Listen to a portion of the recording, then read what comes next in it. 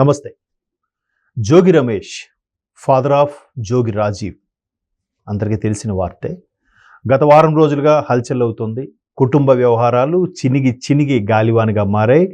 Tea కప్లో తుఫాన్లాగా పెంట పెంట అయిపోయింది. ఎప్పుడైతే ఆయన ఇంట్లో నలుగురు పెద్ద మనుషుల మధ్య కుదుర్చుకుంటున్న ఒప్పందం ఆ విషయం వెలుగులోకి వచ్చిందో ఒక్కసారిగా నేను తను ఫిజికల్గా కూడా ఏమీ చేయలేకపోయాను అనే సెన్స్లో మాట్లాడడం చాలా దుమారం రేగుతుంది. అటువైపు అమ్మాయి కూడా పట్టుబడుతుంది. నన్ను చాలా ఇబ్బంది పెట్టి నా వల్లే కొడుకులాగా అయిపోయాడని చెప్పి తల్లి తండ్రి మాజీ మంత్రి భార్య హడావిడి చేశారు. ఇది నలుగురిలో ఒప్పుకుంటే సామరస్యంగా విడిపోదాం, మీ దారి మీది నా దారి నాది.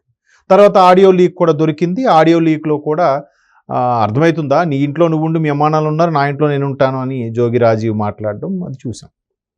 అయితే సోషల్ మీడియాలో భయంకరంగా ట్రోల్ అవుతోంది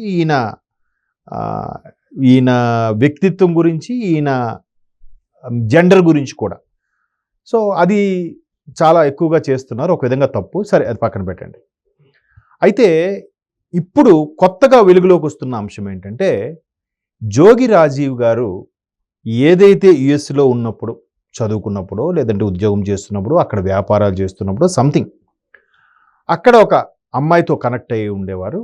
ఆ అమ్మాయితో ఇప్పుడు యుఎస్లో ఎట్లా అంటే మనలాగా సంప్రదాయబద్ధంగా పెళ్ళి, పేరంటం, కాపురము, సంసారము ఇవి ఉండవుగా. నచ్చిన వాళ్ళతో ఉండొచ్చు, తర్వాత విడిపోవచ్చు, పెద్ద లైట్ తీసుకుంటారు, పెద్ద సీరియస్నెస్ ఉండదు వాళ్ళకి మనలాగా. సో అటువంటి కల్చర్ అమ్మాయి అయి ఉండొచ్చు మేబీ. అంటే ఇప్పుడు ఏదైతే కొన్ని రకాల బ్లాగర్లో, కొన్ని రకాల న్యూస్ సైట్లో రాసిన అంశం ఏంటంటే, అటువంటి అమ్మాయితో సత్సంబంధాలు కలిగిన ఈ జోగిరాజు ఎప్పుడైతే వైకాపా గవర్నమెంట్ వచ్చిందో 19లో అనుకోకుండా యుఎస్ నుంచి ఇండియాకి రావడం, ఇక్కడ ఆ అమ్మాయి ప్రస్తావన తీసుకొచ్చేసరికి ముక్కు ముఖం ఊరు పేరు తెలియని వాళ్ళు ఎక్కడో మన కల్చర్కి వాళ్ళ కల్చర్కి తేడా ఏంటో అనడం. తర్వాత ఈయన మంత్రి అయ్యారుగా జోగి రమేష్ గారు. సో ఈ రేంజు, ఈ స్టేటస్ ఒక డిఫరెంట్గా ఉంటుంది కదా మన దగ్గర వ్యక్తి పూజ ఎక్కువ కదా.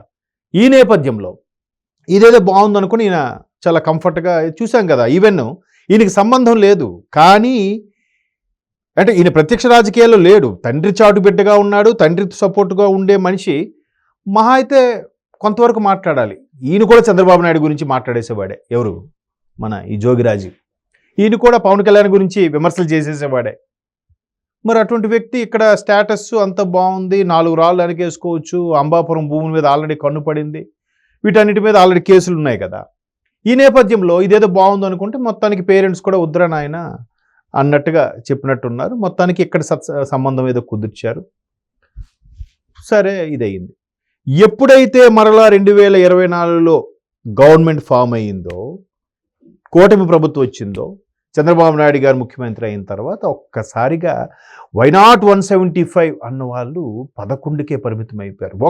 ఒక్కడంటే డిపాజిట్లు దక్కించుకోలేకపోయాడు, ఒక్కడంటే సరిగ్గా గెలవలేకపోయాడు. మెయిన్ లీడర్స్ అంటే జగన్మోహన్ రెడ్డి గారు, పెద్దిరెడ్డి గారు ఇలాంటి వాళ్ళు ఒకరిద్దరు తప్ప మిగతా వాళ్ళందరూ కూడా ఏదో గెలిచారు. వాళ్ళు మనకు తెలిసింది.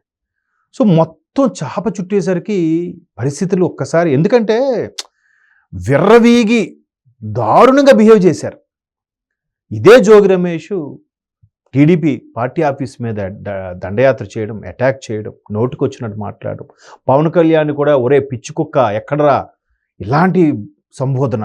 చాలా అంటే మాకు ఇంకా తిరుగులేదు, మీదే ఏదో మొఘళ్ళ సామ్రాజ్యం భారతదేశం విస్తరించింది అన్నట్టుగా వీళ్ళు ఏదో ఇంకా లైఫ్ లాంగ్ వీళ్ళే ఉంటారనే ఫీలింగ్లో చాలా చాలా మరి అంటే మితిమీరి అనమాట, కన్ను మిన్ను గానకుండా మాట్లాడారు.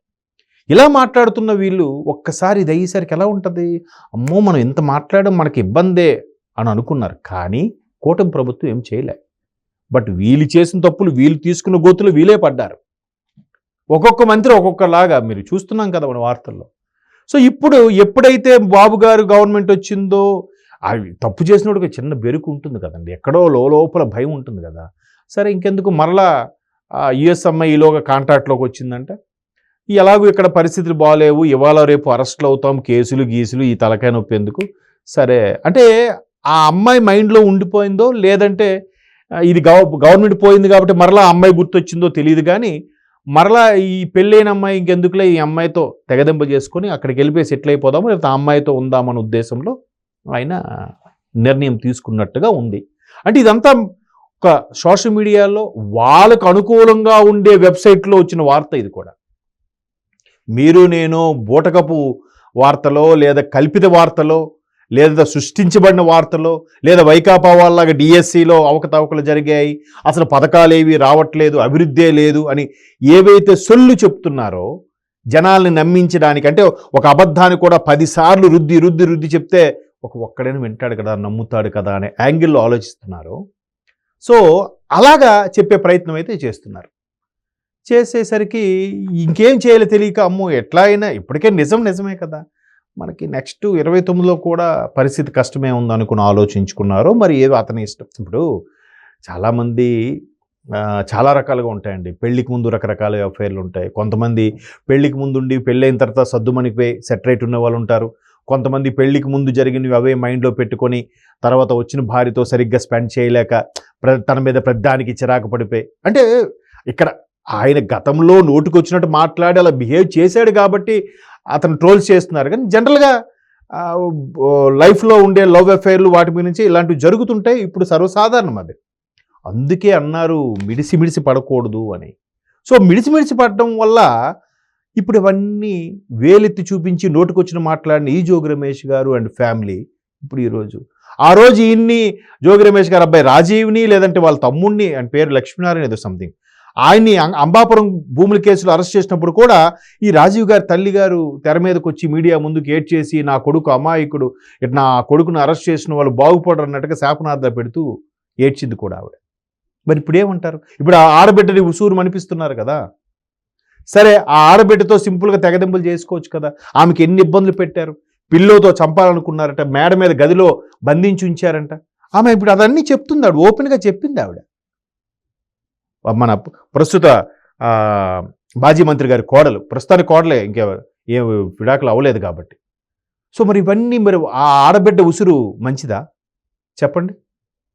సో ఇలా చెప్పుకుంటూ పోతే మొత్తం మీద వైకాపాకి సానుభూతి పరులుగా ఉండే కొన్ని సైట్లు కొన్ని ఛానళ్ళు కూడా ఈ విషయం మీద బయటకు వచ్చాయి. అంటే మేబీ వాడు నేను అమ్మాయికి శారీరకంగా కూడా ఏం చేయలేకపోయానని చెప్పిన తరుణంలో లేదు వాడు మగాడ్రా బుజ్జి అని ప్రూవ్ చేసేందుకే మెల్లగా వైకాపాకి ఫేవర్గా ఉండేవి కూడా ఇలా రాసాయేమో అని నా అభిప్రాయం.